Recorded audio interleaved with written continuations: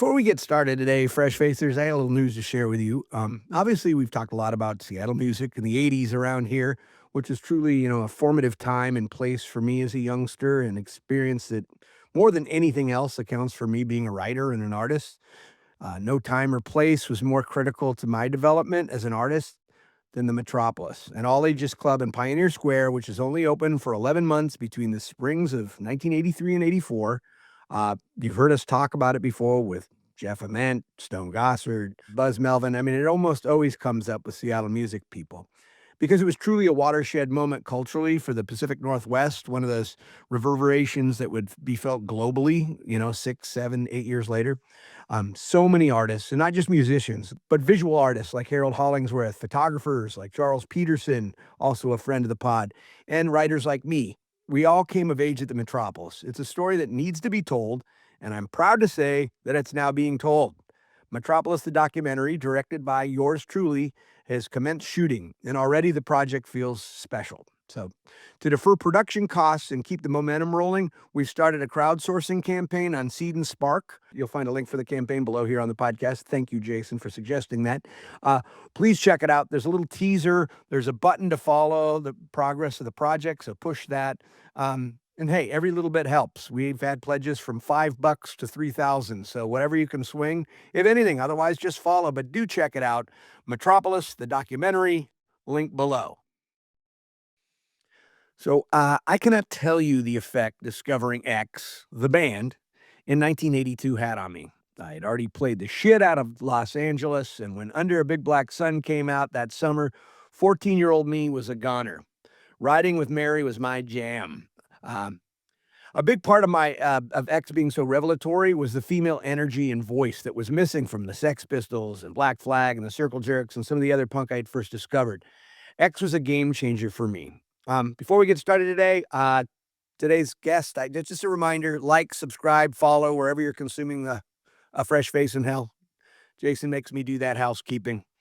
So obviously my heart is in my throat today, and it's also full as I get to have my first conversation with the woman I consider to be the first lady of punk rock, Exene Cervenka.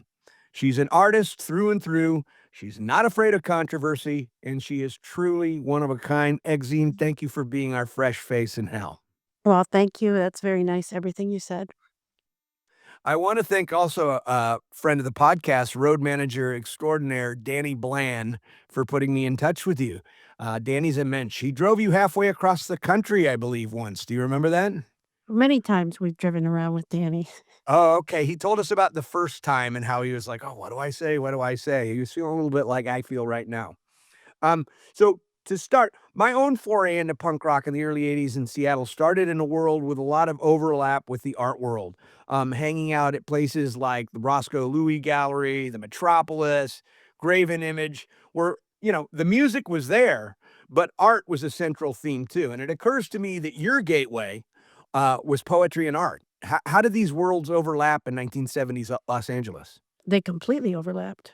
Art, and I think that John and I really brought the poetry part into the punk scene because we were met at Beyond Baroque and we are already doing that kind of stuff. And so a lot of poets and writers and eccentrics got into the punk thing back and forth. Um, there was a really vibrant art scene going on at the same time that completely overlapped. Everything did. Everything overlapped completely. All the great things in life were all present at the same time, and all the great people were there doing it.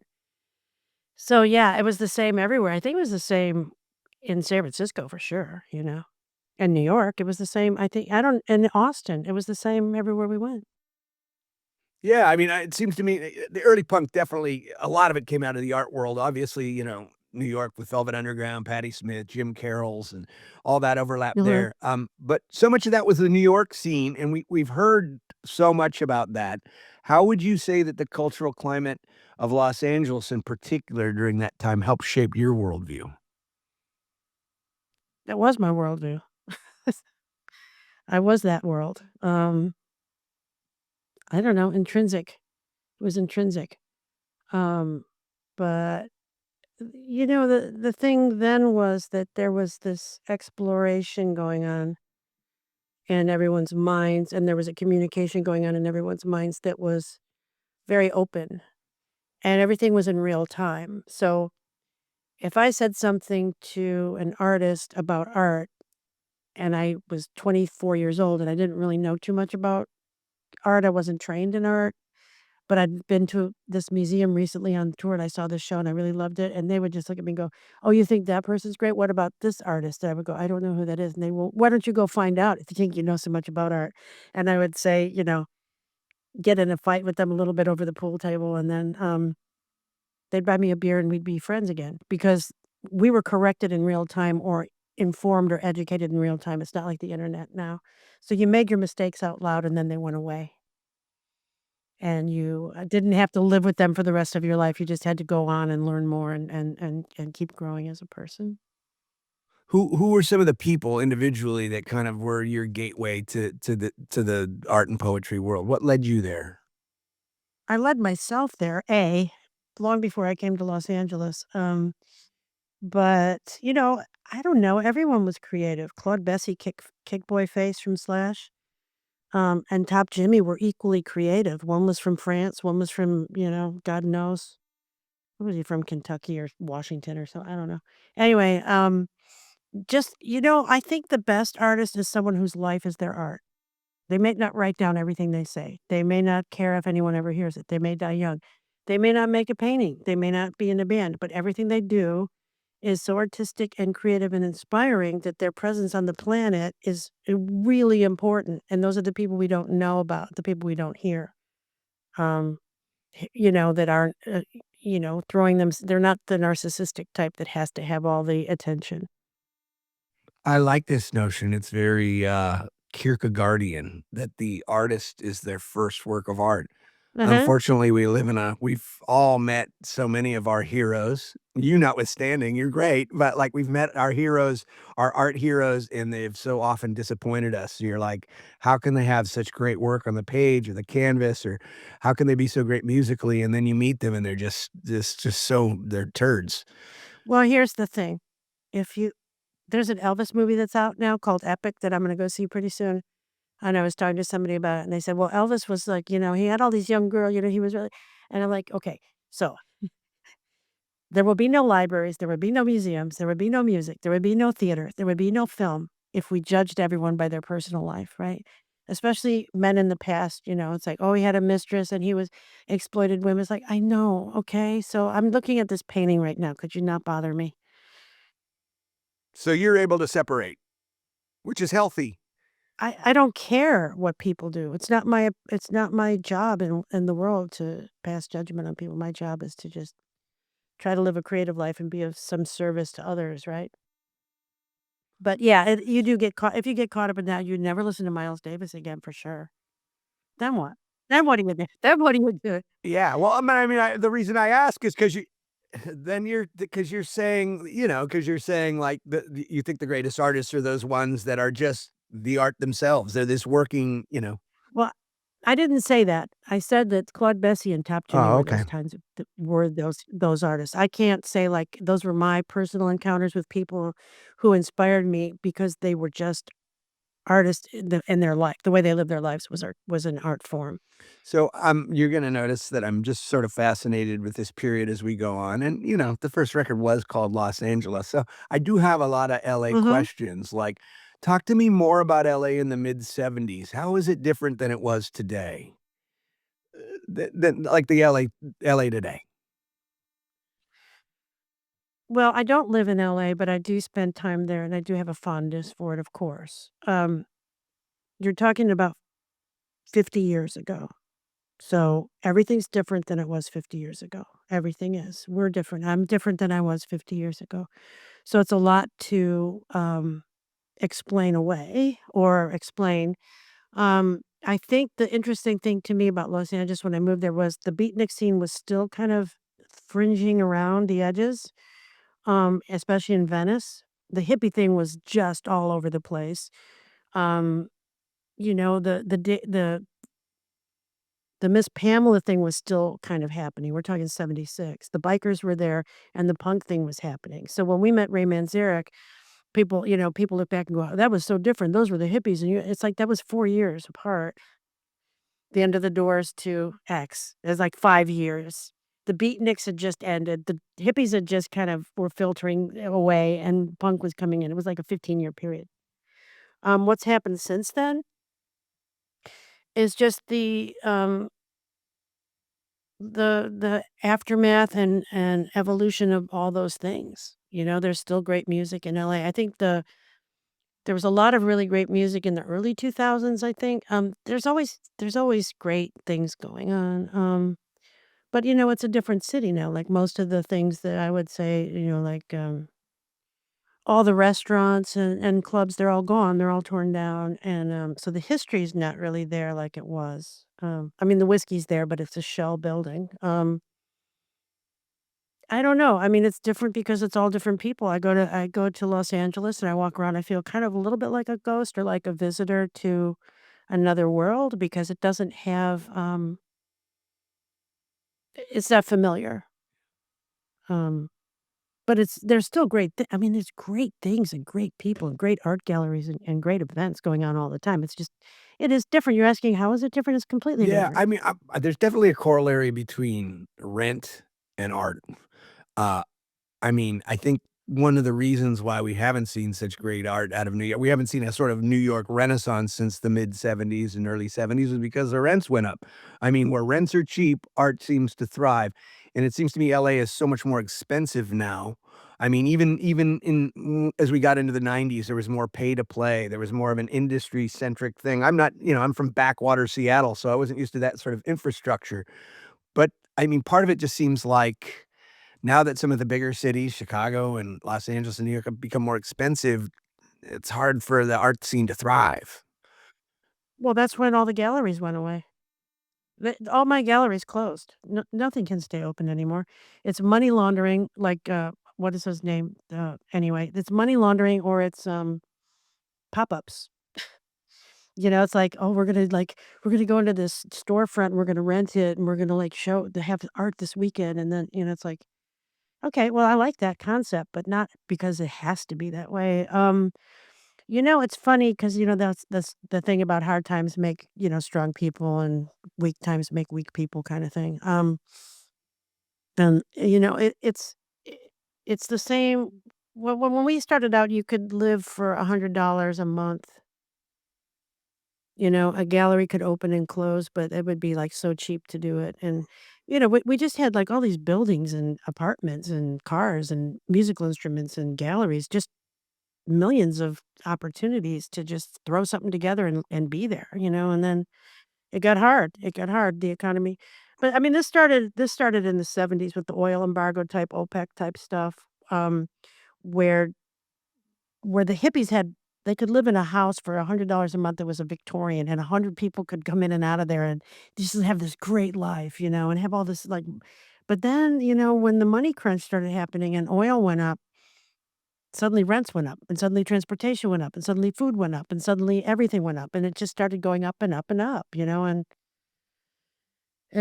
it's not I don't know that it's gonna ever stop going Yeah, up they say what goes up must because come down, but that discretionary doesn't seem to income be is true of inflation. If once they know they can get you to pay that much, you're gonna just it may not go up as much, but it's not going down.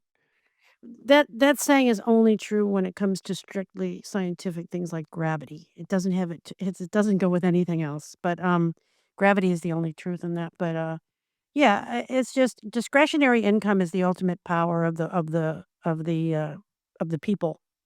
The ability to go to a movie, the ability to make art, the ability to stop working for a while and go on the road. If you don't have that, you don't have freedom. So that got taken away. So I think that contributed to it, yes, but, artists will always find a way. This is what I'm telling my kids, but I'm like, I wish I could lead them there. I don't know. It's like so much of the world is online now. I feel like I'm just chasing fractals. I just feel like there's possibly whole social and cultural movements going on that I can't even see. Like, I guess that makes me old. I don't know, but like, I want to understand. I want to help lead them. I feel a responsibility to like, I want them to experience what I did. I guess that's every parent's wish, but, I don't wanna lead them there. Well, it seems like every generation does find that, it's just not the same one we found. It might be sports, or it might be, some other scene of, or it might be the gaming, kids like the gaming, it might be anime, it might be raves, it might be, pottery. It's just there's always opportunities, but what's hard is that, when X started, um, there was only, like, depending on when you think it started, if you see I think Sister Rosetta Tharpe, was the first great electric guitar player, like, in my opinion, anyway. But, like, let's say 30 years to be generous before punk was the beginning of rock and roll. And then you gotta throw the '20s in there because that stuff was crazy, but, '20s jazz is more punk rock than anything, but, we had certain amount of songs of musical history, and now you had 50 years of musical history. How do you come up with something original in 2026 like we did in 1976? Because if you are a punk band and you start a song with a rockabilly riff, people are just gonna say you're imitating X, right? So, I I think it's pretty hard to be creative now, so I'm always searching for the new things that are really amazing, and, um, it's hard being an artist, I guess. I So don't know. I have along those lines, I have a friend who's a, pretty prominent, like, guy in punk rock starting in the early '80s, and I can't talk about it because the band's kinda hush hush, they haven't announced it yet, but it's kind of a super band of people from that era, from the '80s, and they're looking for a band name, and they said, "Man, we're just running up against a wall. Help me out here. You're a writer." So, like, I send them, like, 100. Like, I just it was fun. This is a fun assignment for me. So, I'm looking I do the usual thing. I'm looking for, some literary references. Then maybe I look at some like cosmological language and I just find different categories. I know, well, this guy likes golf weirdly because he doesn't seem like a golfer. And so I start finding some like, and so I sent him this list. He likes about 12 of them. And he says every single one of them is taken. And so I keep going and you can't, I mean, along lines of trying to make original music, trying to name a band now is impossible. Like everything is taken. I'm like, Alien Heat. And he like we Google it and there's like fucking 20 bands called Alien Heat. Like, how do you come up with a name for a band? Are we gonna start naming them like stars? Like, is it gotta be ROX13357 or something? ROX It just rolls 13557, right off the tongue, doesn't hmm, it? 6345789. I don't know. Yeah, that would be hard, wouldn't it? I guess we got our name Early early, enough so to we're choose a safe. letter of an Although alphabet. everyone's taking it. Everyone's taking it now, but we were first, so I'm happy about that. Yeah, that's nice, a nice super band.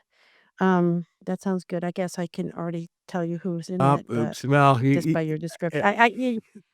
I think I know somebody that's in it, okay, well, I don't wanna get in but trouble. I gotta come up with a band name first. I wanna be a footnote. I'm thinking, I'm thinking, I'm thinking. Let's see. I'm gonna Don't come get up me with in one, trouble. but Okay, I gotta ask you no, I'm gonna come up with a band name for do, you. that would be gigantic for Yes, them. I'm good at that. Okay, you Okay. don't have to do it in real time. It took me like 2 hours to come up with 70. Um, I wanna talk specifically about a period that I find super fascinating, and 2 clubs in particular, Madame Wong's and the Hong Kong Cafe, and what music history is now kind of framed as the Chinatown Punk Wars. As somebody who couldn't be there, I just find this, like, the fact that it was so centralized, the fact that there was these 2 clubs, the fact that Madame Wong was this huge sort of, like, mythological, like, character. Can you talk to me about that period? I went to Madame Wong's once. We played there. Billy's guitar got stolen. Then the next day we had to go on tour, so we had to go buy another guitar. We played the Hong Kong a lot. I went to the Hong Kong all the time. I saw a lot of great bands there, and I loved the Hong Kong, and the building is still there. But I didn't have any contact with Madame Wong. I have no idea what this war is about. All I knew is I lived in Mount Washington, which was just a hop, skip, and a jump from Chinatown, and we were always at Madame Wong. I mean, we were always in Chinatown. We were always at the Hong Kong Cafe, but we're never at Madame Wong's. Never. So, that is something that maybe the other bands had to deal with. Well, the mythology was basically that, Madame Wong started off with some punk bands, little edgier bands, and had some trouble, Mhm. and so then she started booking the bands herself, which is I think Power is pop kinda, amazing, yeah. like, this old Chinese lady booking bands, like, just listening to demo tapes, and so Madame Wong started to book more of the Blondie and more of the stuff sorta going a little power poppy, new wavy, and then the Mhm. hardcore bands, the real punk bands were playing across the way at the Hong Kong, and that, there was this intermingling between shows, because 'cause they're sharing that same sort of court public space, and, like, the people would mix, and sometimes there was. I didn't notice that, but it wasn't hardcore, it was, I mean, there was some kinda hor yes, but, there was also, like, the strange stuff, you know, at the Hong Kong. It wasn't like when you talk about art and music mixing, you're talking about, more, like I don't know, I'm drawing a blank right now, but it wasn't just power pop versus hardcore. Give us some I examples. I don't remember, um, oh, I don't know. I mean, you could have Top Jimmy and you could have X and you could have, Catholic Discipline, which was, Frank and Kick Boy was experimental, weird band, or The Bags or something like that. It was just creative. It was just like any other venue. I mean, we didn't personally, I didn't care where we played. The Star would go under, we'd play somewhere else. The Mask would go under, we'd play somewhere else. It was like the line between, like, who was promoting it or who owns it or who's booking it didn't really matter to me. I just wanted to get some beer and go have some fun. I didn't really care about any of that. So, something I learned, which may or may not be true, this could be hyperbole, but, was that you learned to play guitar from Dave Alvin of the Blasters. Well, yeah, that's true. We were on tour with the Knitters and we were in, like, I think we were in, like, this motorhome type thing or something. Anyway, um, I just when you're in a band with DJ Billy and John, you're not gonna become a guitar player in that band. There's no reason to. First of all, what I do is important to the band alone. I don't need to do what they do, but I wanted to write music. I write a lot of lyrics. I wrote a lot of the X songs and I wrote a lot of the melodies, but I wanted to just, and I just said, "Would you show me a chord?" And he showed me like a D and an A and an E or something. I was like, "So it's that simple?" And he was like, "Yeah, it's that simple." I was like, I thought it was like this really hard, mysterious, weird cult of men, and I couldn't figure it out. Um, and then I took it from there. But yeah, he was the one that was like, "Yeah, you can do this. Why don't you do this? Do that?" And it was really nice of him because he didn't have this, "You don't need to be doing that" kind of attitude. Not that John or Billy had that. I had it. I had it Yeah, in I my mean, were head. you up against, just culture. I was up against nothing. I'm up against Okay, nothing. well, squash that question. I was There's just your gonna say answer. there's a lot of pushback in those days. Let's just call it misogyny. A lot of it was kind of. There was Really? not. There was not. Amazing. There was not. Okay. Uh, there was not. So I've had women ask me what it was like to be one of the only women in a band in the punk scene, and I can't even I can't barely acknowledge the okay, question. What are you well, you talking shut about? me down pretty quick by what I'm what Half the bands were but you women. There were women photographers, there were women writers, there were women, booking. There were the woman the Starwood booker was a woman, there were women in bands, there was, there were women artists, there were women performance artists, there were women making fanzines, there were women who showed up at shows dressed in a certain way that really, you know, artistically elevated things. There was conversations, there were women making great poems and writing books. It was very many women in that scene, and very many great women in that scene, and also in other cities as yeah, well, that was my so experience I later. didn't have any problem with men.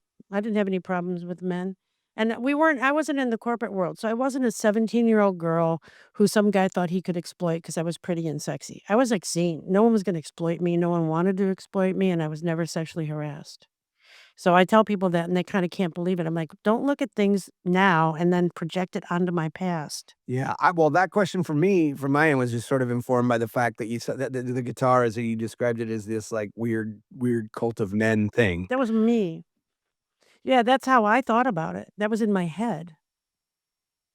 Like, I thought, "God, these guys are such amazing musicians. I could never do what they do. I can't even understand it." Because when you watch Billy play guitar, it's like, I don't understand how he's left-handed. How is he even doing that? So I had a hang up about it thinking that only a certain level of genius could play guitar. Dave being one of them, and Dave said, "No, it's not like that at all, it's really easy," and he showed me. Um, and, Joan Jett coulda showed me too, but it was him. Was there a few people, maybe they were people you looked up to or didn't know, or a few people you met in the '70s that, whether it's artists, poets, musicians that you looked at them and you said, like, "I can do this." I was already doing it. Well, What you do you had to mean? start at some point. I mean, like, was it this before you just started, was there say there was nobody that you were like that inspired you to the point, like, "That's what I wanna do with my life?" No. When I came to California, I came because I was in Florida, I had nowhere else to go, and a friend had, needed someone to pay for gas because he was moving there, and I had a couple of friends here. So I just came, moved in with a friend, and I got a job at Beyond Baroque, and my goal in life was to m make enough money to possibly get an apartment and do poetry, and then I met John right off the bat, and I'd never sung in my life, I had no intention of being in a band. I mean, I had heard of I had some records, but I didn't bring them with me to California, I didn't bring anything except my clothes. You just said paying rent and poetry in the same sentence. Now, I mean, there's gotta there's a story there because it's been a pretty tough time to be a poet financially since, well, from Shakespeare to now. Well, no, what I meant was I had a job at Beyond Baroque that was a state-sponsored, funded, nonprofit gets a fund for a job, and I got a job there, minimum wage. My rent was $150 a month. When I got my first apartment, I was making about $300 a month, so I was fine, that was great. I was, living upstairs from Beyond Baroque, and I was a poet by night and working in there by day in the bookshop and the anthology books and working with poets and helping print things, and I just loved that, but when the money ran out, because it was just a short-term, like, government-funded program, I had to find another job, and I kept getting fired because I couldn't do anything, and so John and I got a place together, and we were paying, like, $100 a month. So you in a room in a house, so you can be a poet back then, yes, you could do it, but I had to have a day job, but poets having day jobs is not new. I don't I mean, I was never the kind of artist that I was like, "Everyone has to take care of me because 'cause I'm a great artist and I shouldn't have to work." I always have a job. I have jobs all the time. Um, but that was my only goal was to just to get to California, get in with my friends, and figure it out. I didn't really have a music goal or anything like that. When I met John, he was already going to shows and stuff, and he had a car, which was amazing, and he lived right near me, which was amazing, and so one time he took me to somewhere in Hollywood, I don't know where, and there was a party. The Screamers were playing, that was the first band I saw, and it was a apartment wrecking party, like, someone had gotten evicted, so it was, they were having this crazy show, and then everyone was, like, wrecking the apartment, and I was just like, "This is great." There was drinks and well, like, beer and stuff. Um And, he was telling me that there were all these bands, then we went to the Mask and, then I saw what people were doing, but he and I started singing really early on just in his apartment doing, like, Hank Williams and just singing old songs together just to see what we had together, and he kind of coached me a little bit, well, a lot, um, till I found some kinda style that I or not a style, I just found the only thing I could do and tried to make it better. That sounds like the artist journey to me, just, incrementally limit every other thing, every other possibility for yourself so that you don't have any Right, choice right, but to do it. eliminate, like right, let's see, what am I good at? I'm kinda good at this, what am I not good at? Well, I'm not good at that, so I'm not going there, and, yeah, it was hard, it was intimidating being with John and Billy and DJ because 'cause they're all so amazing, and I hadn't done any bands before, and they'd been in hundreds bands together, like, Billy had played with Etta James and, like, all these famous people, and he was a really great saxophone player, guitarist, and just a great singer and all this, and John was amazing, and I was just like, "Well, how do I fit in it? I can't do anything." But I could write, and I figured out the rest as I went. Well, it's been a blessed journey for you. I mean, you didn't have to go back to the regular workforce for 50 years, it seems like, Have had jobs God, you have no idea how many jobs I've had. I'm a really oh, hardworking I don't doubt person. it. Tell me about some of those jobs. It's match jobs with me. I've sorted rotten tomatoes in a 110-degree warehouse. Okay, I haven't done that, but I have worked in a honing What's a shop. honing shop? Um, see, you don't See? even know. It's manufacturing, it's kind of manufacturing. I've done office work, I've done, uh I worked for antique dealers. I worked for record collectors. What else? Oh, I my first job was selling cemetery plots over the phone to senior citizens in St. Pete, and after 2 weeks, I went in one day to work, and the people that ran the business, they were gone, so was my paycheck. But I sold See, those that's like cemetery my, plots. telemarketing sunglasses job. I telemarketed Yes. sunglasses, Yes. and you would show up to work and like, John and "Where's I work? tell It's gone." I was a good sell too, like, "Oh, right? I think they'll look great on you. They're black. I think they'll fit your face that I can't see." Like, once you've done this One time, Black Randy got me and John a job doing telemarketing, and sitting next to Black Randy as he tries to sell office supplies over the phone to, like was just talk about art, man, talk about performance art. He was so good at it, and he was such an incredible sociopathic liar, and I'll never forget listening to him.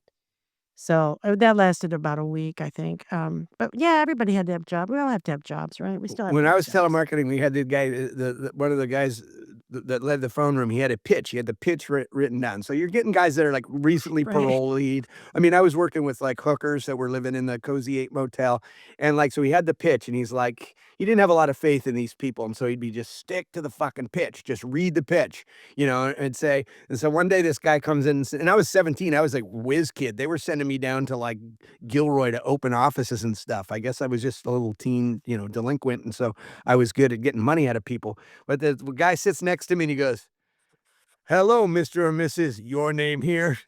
My name is." Okay. So That's a great, story, yeah. Doesn't it make you wanna go out and get a telemarketing job just to see, it kinda does, because, man, you're flying by the seat of the pants, the stakes are never higher. I like a high stakes game. You're so desperate. What eventually you figure out is that there's givers and there's not givers, and the givers are about 3% of people. So when you got somebody to give for one job, we called that a tap. You kept that phone number on a little note card, and so the next time you were in some boiler room operation, your first no. guy I remember one lady, her little old lady in Los Altos Hills, her name was AJ Worth, and I called her as Bill Steele from the firefighters. I called her as Chaz Linford from, the earthquake, prevention, not earthquake Why prevent not earthquake earthquake prevention? awareness. Yeah, yeah. We can do Because that now. you're selling Um, nothing anyway. right, well, I don't even know if they No, fulfilled of the course orders. not. There was a lady named Kathy who was actually a hooker, and she was the one that was supposed to, like, follow up on our calls to make sure they were good, but we worked on a draw system, which was you could get 10% of the sale just by putting it on her desk, but if it was confirmed, you'd get 30. We would just make shit up. I mean, I just go through the phone book and match this address with this name, and we'd put them on her desk, and she'd come back from the boardwalk, the bar next door, and you could just smell a fog of vodka on her breath, and she would just sign off on Oh, them. It how was fantastic. That's a so, great like, little we were gaming oh my god. That's a great movie, yeah. gaming the Well, the gamers. thing is, we're laughing about this, but what we're doing is we're conning people, which on behalf of someone who's the big con, right? Because we just had to pay our rent, right? That's our the office supply job, all of that stuff, this company, they bought all these office supplies that were like the pens had no ink, you know? They were just old pens.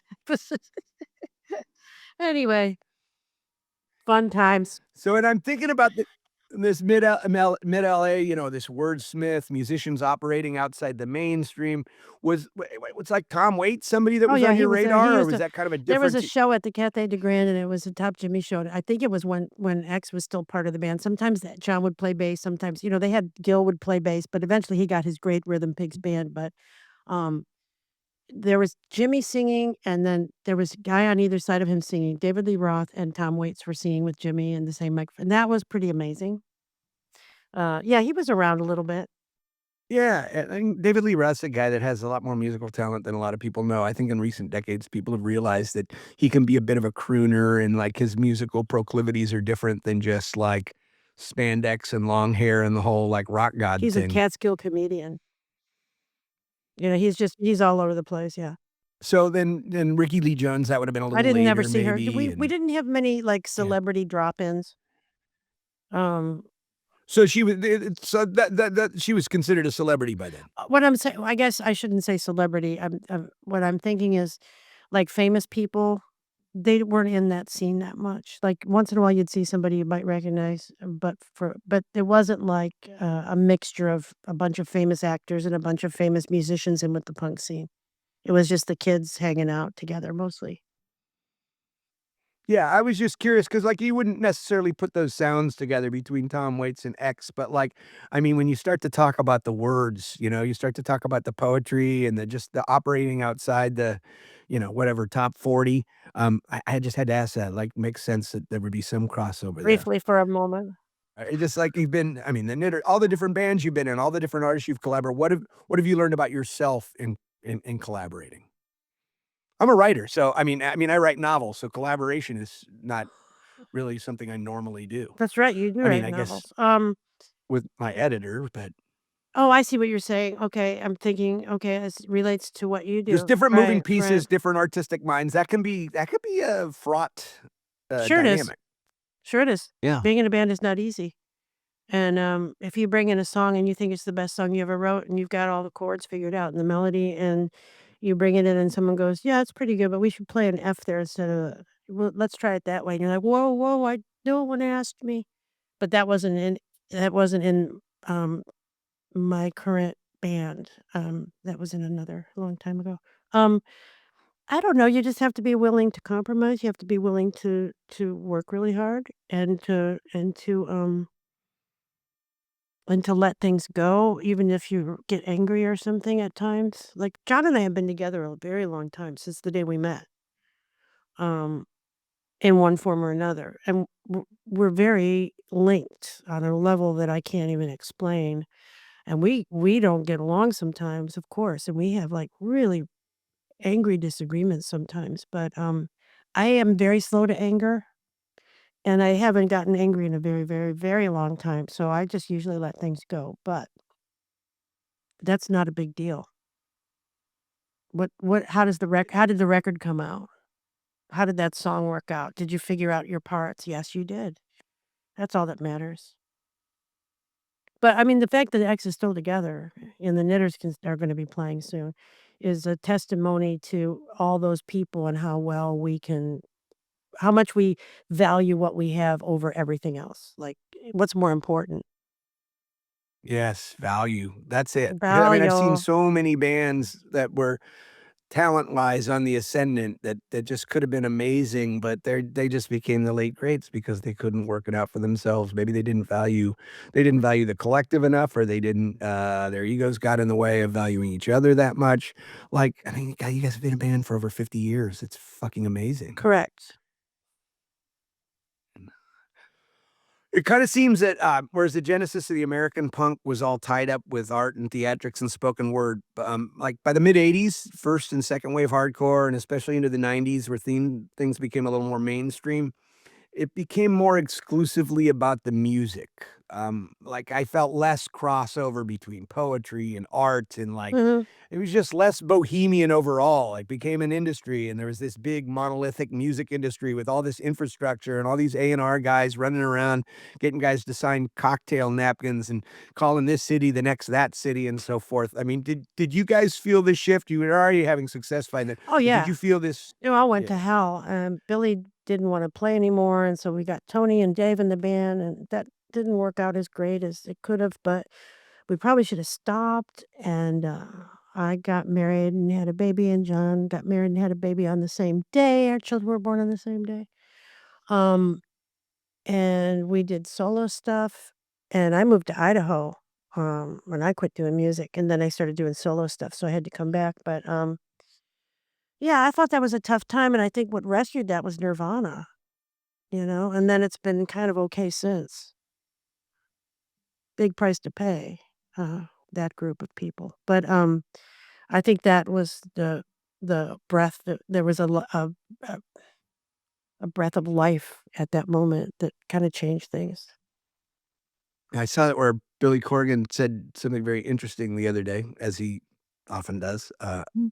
He's kind of a divisive character, but he said, that MTV sort of killed the rock and roll star not long after the period you're talking about. I mean, so I grew up with these, I mean, I knew Chad Channing and Chris Novoselic and Kurt and those guys from before they had a band. Mhm. And to watch that happen was really surreal. But like what Billy Corgan's saying is that once, and I don't know, I'm not ready to blame it on rap because I love the rap music of the early '90s. I mean, that's kind of my favorite music of that era, even more than grunge.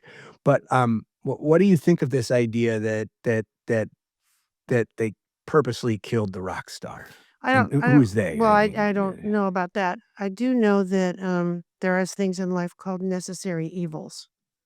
MTV was one, television is one, the computer is one, social media is one, there's necessary evils that the wheels have to turn with the necessary evils. But one of the things about MTV that was good for us was the first year when they did the MTV Music Awards, one of our songs from Ain't Love Grand, Burning House of Love, was nominated for Best Video, and that helped keep our career going a little bit, that was a jump up for us. Um, but of course, it became a monolithic kind of overarching dictatorship of what was okay, and it became a gatekeeper for culture. But back then, there weren't that many bands making videos, and there was, it became what it became. Yeah, it's did you start getting pushback on the records in a way that you didn't get when you were, what do you mean in pushback? the '70s, in the '80s? Well, from executives, record executives, or just Well, the A Love Grand thing, the we got a little pushed into a corner, but that was the only time. And then we went back to being kind of obscure a little bit, I guess. a little bit.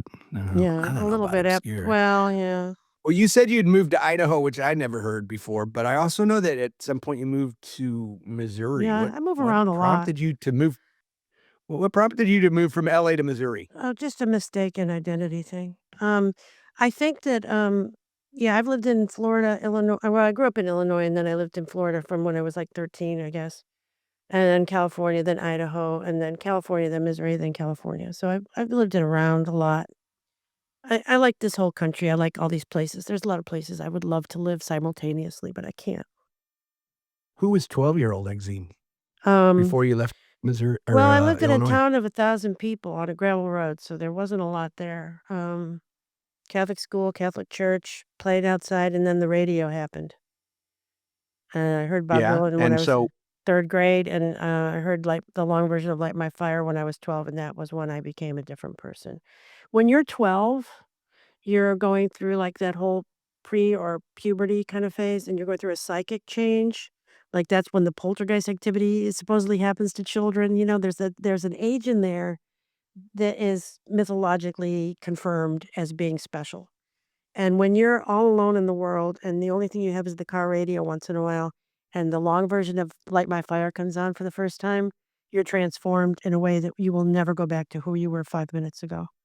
And that's what happened to me, and, then I got the Doors record for Christmas. We were poor, by the way, and so that was a big deal, and, I had an older sister who influenced me a lot, and, we discovered vintage antique stores and thrift stores, and we discovered the price for what you could get for a quarter. And, that led us into discovering all kinds of art and history, and, yeah, it was a great time because it was, the '60s. I was too little young for the Woodstock and all that, but, yeah. this is the second week in a row I've ended up talking about The Doors. I was on with Buzz Melvin last week, and we talked about what we don't understand why The Doors get hate. Like, people, I think I don't understand it. I mean, to me, The Doors are, like, fucking iconic, like, one of the greatest American bands ever, but, like, I think, we've already talked about Ray Manzarek a lot. I think he's a divisive I likened it to, like, Benny Goodman, like how necessity is the mother of invention. That organ was something kinda newish to rock and roll, and it defined a sound kinda like Benny Goodman's, like, clarinet lead instead of the traditional, alto sax lead. So talk to me about working with Ray. I met Ray Manzarek one time just very briefly in the late '80s at San Jose State. He was doing his thing with Michael McClure where they went around and he played the piano and Michael McClure did his poetry, and he just seemed like such a gracious dude. I was like, I had to go to the bathroom real bad, and I was, like, looking around for a bathroom. He said, "Hey, kid, here. I'll let you use the one backstage," and I had just a brief conversation with him, but he was just, like, a lovely dude, and, like, I was 17 years old at the time. I mean, and you've already said that, like, the Doors were kinda heroes to you. Like, w how did the association with Ray Manzarek and, of course, famously, you covered su you know, I almost called it Soup Kitchen. Um, Soul Kitchen, that's Soup Soul Kitchen. Kitchen. There's your band name, So, like Soup Kitchen. yeah, yeah, I was kinda I Soup bet there Kitchen. Well, probably is a band named not Soup Kitchen, yeah. not too far off. Um, oh, there I bet you there's 15 I bands. I I bet there Listen, is. try it. You said you're gonna help me think of band names? Google 'em. You'll find out everyone's taken. Even the aforementioned RX00011156 is probably You taken. said 5'7". So talk to me about this association with Ray Manzarek. How did that come about? Ray and his wife, Dorothy, came to the Whiskey to see the band that was playing with us, I think. This is if I recall correctcorrectly. And he was listening to us play, and his wife pointed out that we were doing Soul Kitchen because it was unrecognizable to him as Soul Kitchen, and then because it is unrecognizable from the Doors version. And then he came backstage, and I just remember him and John just headed off, and they were just talking, and he said, "What were we doing?" And we said, we just signed with Slash or something." He said, "You gonna make a record?" We said, "Yes." He said, "Who's producing it?" We said, "We didn't know." And he said, "I'll produce it." We said, "Yes." And then, we Awesome. just he was a really gracious and kind and a powerful person who also was really strict and would let you know if you were doing something he thought was, like, below what you should be doing. Someone told me once, I think maybe it was at his memorial, but, that they actually witnessed him giving the shirt off his back. Like, he was walking down the street, and there was a homeless guy that was cold, and he took his coat off and gave it to the guy and just kept walking without a coat in the cold. And, you say, "Well, yeah, because he had money to buy another coat." Well, that's not really the point, is it? Um, he was very generous, and, I always thought of him as kind of like a guru kind of guy because just his presence kind of opened some portals, like the doors of perception, literally. He just really, I don't know, it's a hard person to describe, but he was just a really good person. And, Yeah, really so smart and really creative, amazingly, He changed yeah, we talk a society. lot. He changed the culture, and he changed society. He's kind of like I kind of compare him more to John and his role in the Doors a lot, like, I was wondering about that because we talk about different I talk to a lot of musicians about and sometimes there's one person in the band in that dynamic that's got sort of a taskmaster. I mean, mhm. like the aforementioned, Benny Goodman. Do you think I've never really thought about this. Do you think Ray was that? Was he I kind don't of I don't the really know because w I wasn't in the Doors, but I do know that his presence reminds me a lot of John, and John was that. so your vocal, interplay with John is so classic. You're such a perfect to my ear, you complement to one each other. Is that something you 2 worked through or developed gradually? You told me the first time you got together, you just were singing Hank Williams songs. Was there that kinda magic from day one? No. It was really hard. It was really hard, and it was really scary, and it was I never was that confident in the beginning, and, what happened was we realized, you just have to have fun doing it, and I don't like when people say, "Just go out there and have fun." It's like, "Are you kidding me? I have to do, people that don't understand what it's like to be on stage or, they just go out and have fun with it. Like a part in a movie. It's like, I'm playing a serial killer. Just go out and have fun with it. Um, anyway, it was hard work. It was constantly hard work. John and I worked every day, especially when we started living together. So we would, get up in the morning, we'd like, have this really modest breakfast and maybe go to the gym or work in the yard or something like that, or do something like that. And then we would maybe go to a museum or, work on his car. So, just these things that you do in life, right?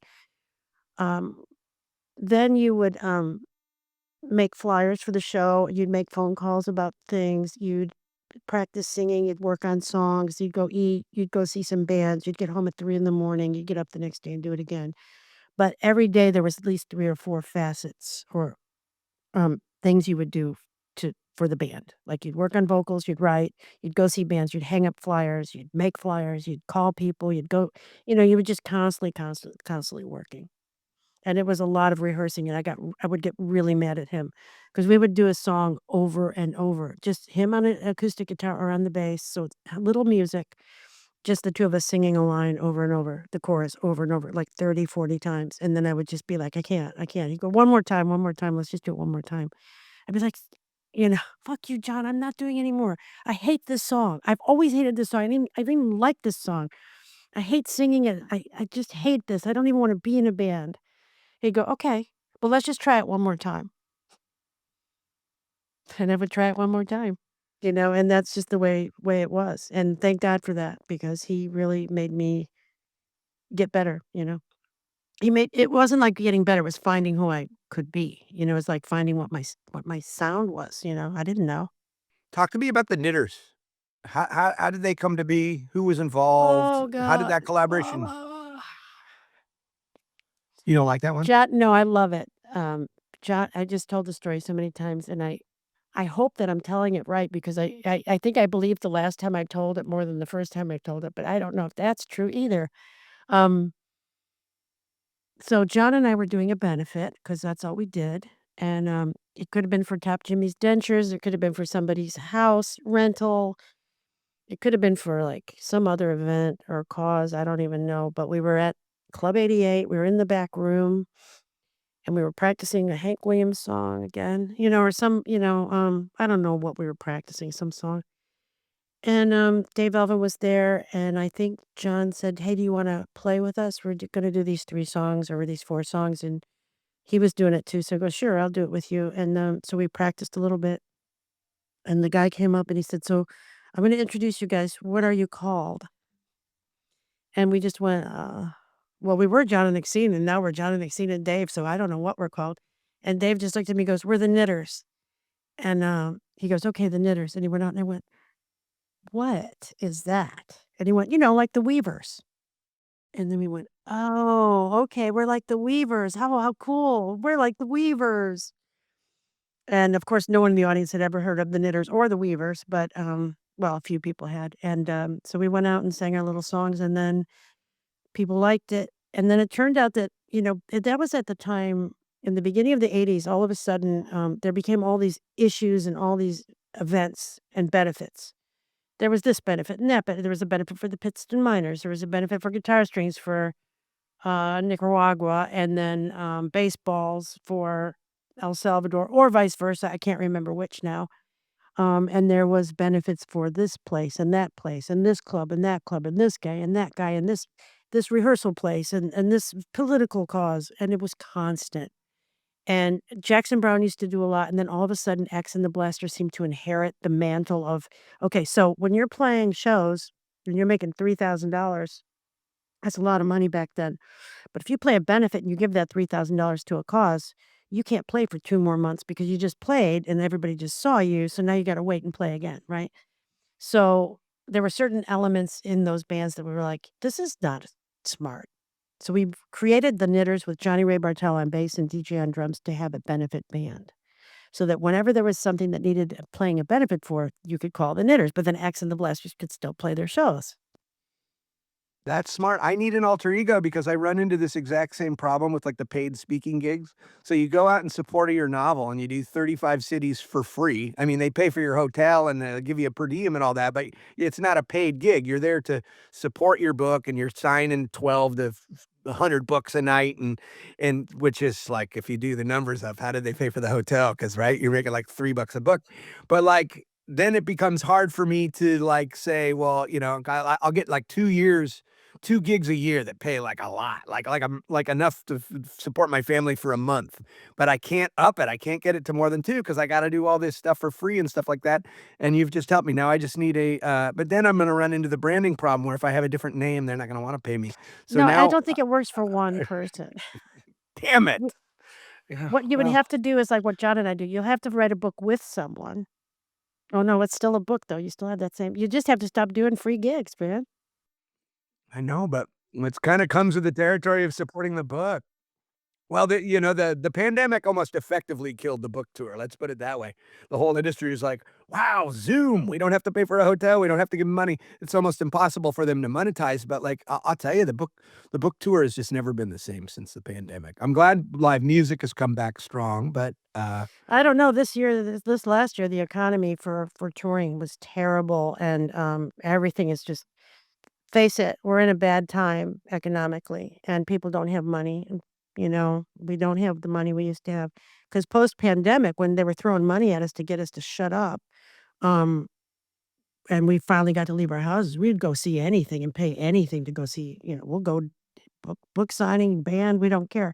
But that money ran out, and that incentive to be out there in the world ran out, and I think it's just harder now. Anyway, what we were talking about before that, the Knitters, yeah, so that became a really fun band, but then we started going, "You know what? We're not just doing benefits, we're actually gonna take some of this money because we have to work," and there were times when X and the Blasters weren't playing, and then Dave wasn't in the Blasters anymore, of course, but then his career really took off, Dave's career, he's such a, phenomenal singer-songwriter, and he has so many great variations of bands and records, and so he does a lot of that, so the Knitters can't play very much, and then X has been bigger than ever, so this year, though, we are playing at least one X show this summer, and I'm so excited about that. We played well, we did Mojo Nixon unfortunately died, but the last thing he wanted to do this thing where he had a, South by Southwest event every year in Austin, and the 25th one, he wanted the Knitters to play, and that was his, like, dream thing to have the Knitters play his event, and we said yes, and then he passed away. So that event with all these great bands, I mean, it was a whole big night, it wasn't just the Knitters, big night and day, became like a memorial, and it was pretty amazing, but we played that, and it was the only reason we got back together because he asked us, and, um, now we're gonna play again, so that'll be good. Okay, how about original sinners? Like you've talked a lot about the country music, and I didn't. This is something I didn't really realize until later. I had bought John's country records, which were Mhm, just a revelation to me mhm. because I knew all the originals. And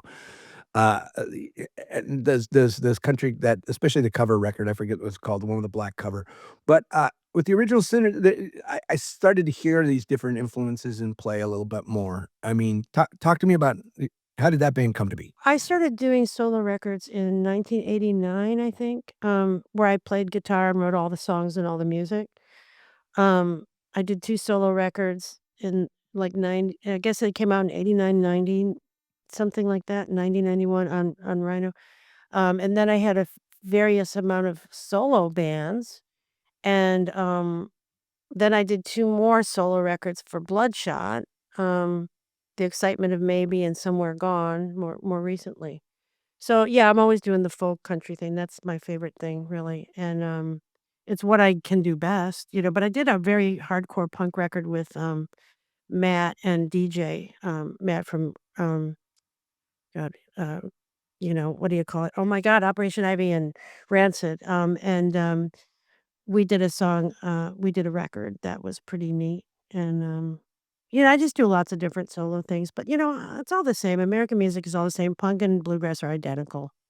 That was actually what John said in the original he came up with that, how bluegrass and punk are so identical. Yeah, that's not the intuitive take, but yeah. If you listen to the Dillards Yeah, and you listen to punk rock, I can see that. that's the fastest music you'll ever play, those guys. Um, the Darlings on Andy Griffith, the Dillards, the Darlings. So, sheesh, the breadth of your career as an artist and entertainer is really impressive. Here you are, still at it, and we know you're still gigging. Are you still writing poetry? Well, I write all the time, but what I'm doing more is art. I have 3 art shows this year, 2 group shows and 1 with my friend Jill Emery, who I love. You know who Jill is? No. You probably know her, she was in Hole and she was in Oh, okay. Mazzy Star, but Yep. she's a great visual artist. She's a really amazing woman, I love her a lot, and we're doing a show together too in Santa Monica, and then I have a really good show in Chinatown, a group show at Eastern Projects coming up in August or September, and then another show out in the desert in the middle of, um, summer. Um, so I've been doing that since, 1981, doing shows. Um And then the early 2000s, I had a really long stretch of a lot of gallery shows and museum stuff, but, then that kind of real estate got pricey and the galleries all went under. Anyway, so I like doing that a lot too. I have a feeling you're just gonna say all the mediums are the same and it doesn't matter and it's all art because 'cause I'm starting to get a sense of your contrarianism here, but, like, I don't know a ton about your art. I know more about your art background, but talk to me, like, what mediums are you loving to work in? I mean, are we putting paint on canvas I'm a here? collage artist. Okay. I'm a collage artist. I'm a humorist. Okay. And I think that if you look at my body of work, whether it's writing, singing, talking, the knitters, art, it's all humor. I realize that now as I'm more of a humorist. If you've ever seen the knitters live, It's like the Sonny and Cher show on there. But yeah, I do a lot of art. There's art behind me, but, yeah, I like to make things funny, you know? I think really great art has some sort of humor. Not all of it, I would agree but, that it's pop a art is so funny, like, all that kinda stuff is so funny, I think that humor is the best way to look at the world anyway. People get all angry and uptight and crazy about things, and it's like, it's not even real. I mean, the artists, I mean, the writers that made me first wanna be writer, like Dickens, Twain, Kurt Vonnegut, like, my dad gave me Kurt Vonnegut when I was, like, 8 years old. He gave me Breakfast of Champions while everyone else was reading, like, Encyclopedia Brown. I'm looking at, like, Dwayne Hubler's Asshole, like, trying to but I recognized it. I recognized this skewed worldview, and I recognized the humor and the absurdity and all of that. And it's interesting because in the book world, humor's been sort of ghettoized, like humor like the big award-winning novels are never like comedies. I guess in films too, you don't see comedies winning Academy Awards. It's like, on the one hand, they say, death's easy, comedy's hard. Like, people will give it up for how hard it is to be comedic, and yet it doesn't really get the respect the drama gets. And yet to me, they're both the same thing. They're all wrapped into one. They're just two sides of the same coin. That's why those masks exist, the Right. tragedy and the comedy mask, right? That's why they're linked. Well, I think that especially now absurdism, the absurdity. I love artists that are like folk artists and they don't know they're really great because they just take this and they put it next to that and they call it art. And you're like, that is so insanely genius. Why did you do that? How did you do that? They're like, I found that on the ground and I found that on the ground and they had some glue and I stuck them together. And you're like, but you know what this says? So that's the kind of art I like. I do like that. Contrast. I like the things that don't go together to me is like really great art, and that's what makes it kinda humorous too.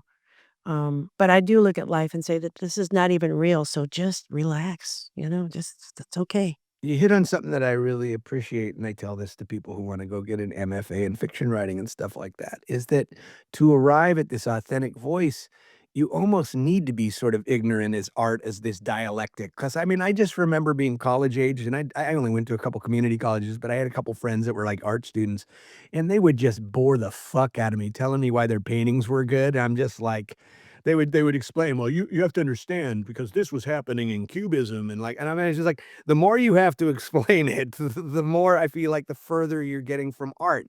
And so, like, as we go along as artists, we learn more. We learn about where art's been, and we learn these things, and we learn technique, and at times whatever, we even steal from each other or whatever, or like, find some way to make somebody else's idea our own. Like, how do we avoid becoming just totally, as artists being what's the word I'm looking for? Just like, indoctrinated. Like, I feel like Ugh, yeah, yes. Well, here's the thing, a small percentage of academic people who go through art school and they go to all those fancy schools and stuff, and they know everything about art, and they get in the museums. A small percentage of those people are truly great artists, right? And then a small percentage of people who have no knowledge of art and are just randomly folky and just throwing things together, a small percentage of those are great artists too.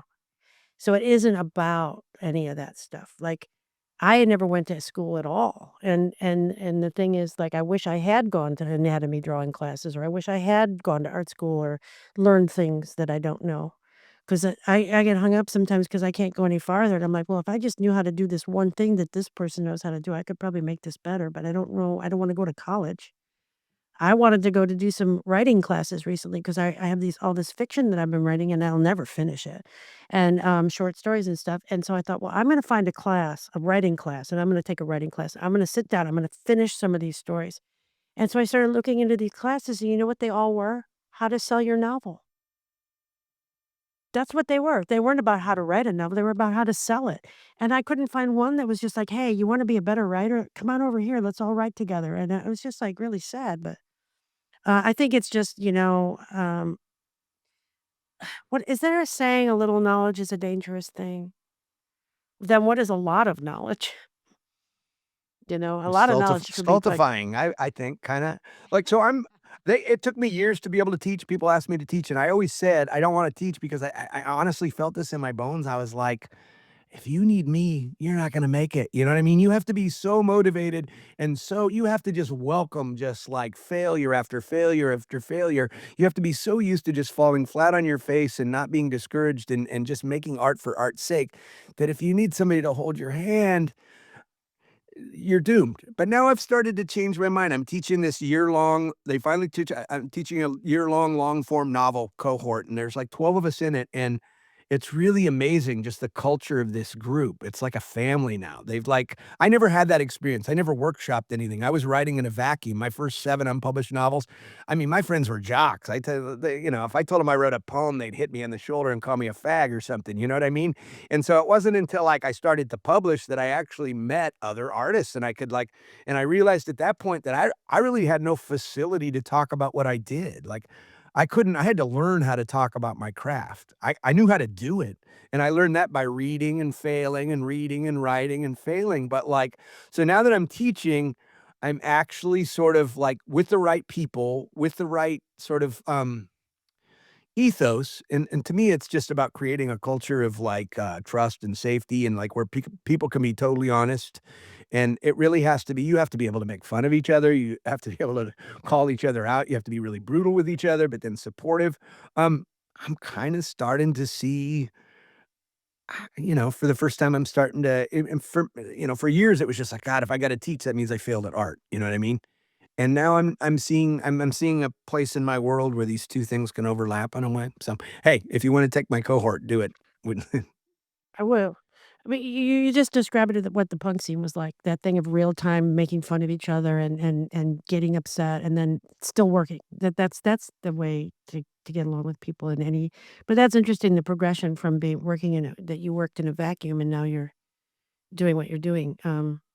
That working in a vacuum is really important sometimes though, because, man, that's hard though, isn't it? It is, but I think that's how And you then arrive at you an get all those original voice, rejections. like, you know what I mean? Because nothing That's else is exactly right, informing it. yeah. I mean, if you have all this stuff informing it, that's what I was always like I mean, I think see, that's the other thing is I think it's like, so many writers' novels come out of the Masters of Fine Arts programs.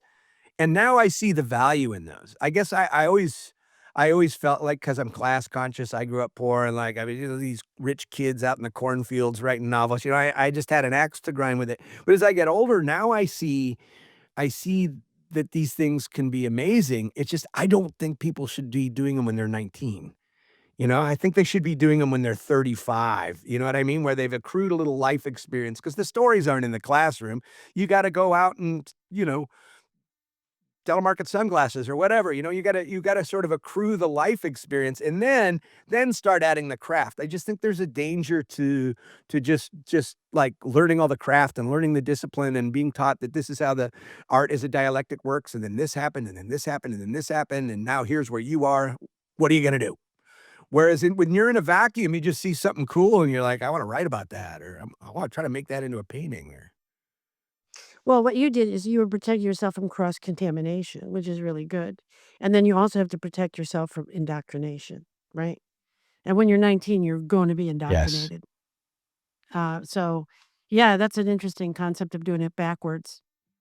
Yeah, well, here you are saying, "I wanna take a writing class," and you've had a 50-year successful career as an artist. This is what Oh I mean. yeah, yeah. You've kept the Well, I got a curiosity. drawer full of papers that are bothering me because it's like, here's the thing: it's so easy to start a project. It's so easy to write half of a story. It's so easy to start a song. It's so easy to be inspired and come up with one really great, brilliant line.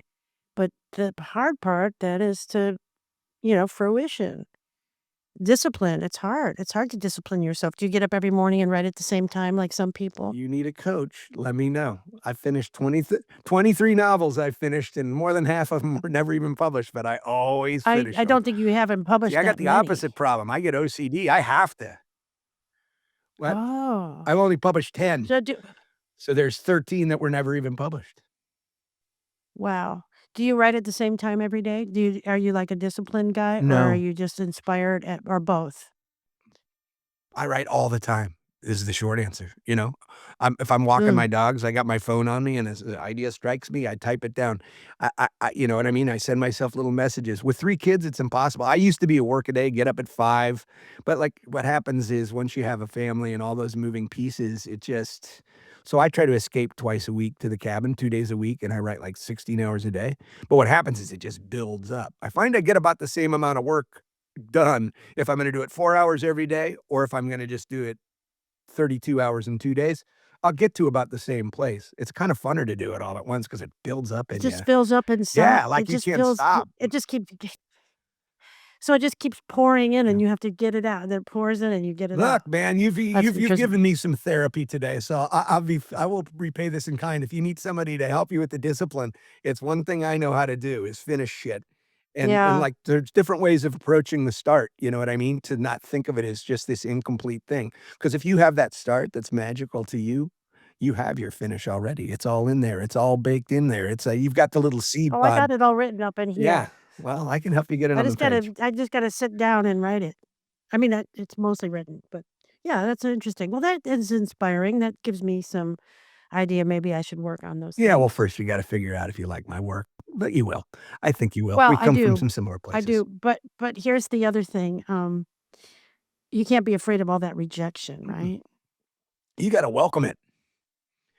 Every time Yeah. you lose, you just get a little bit better. I mean, that's something I learned as an athlete. I mean, you learn more by losing and failing than you ever do by winning.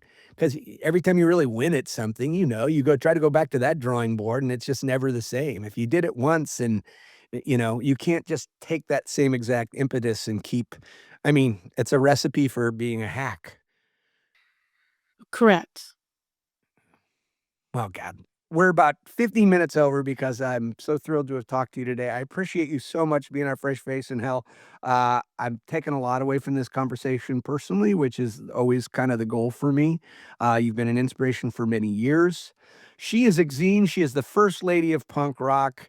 Riding with Mary is still my jam 44 years after I discovered it.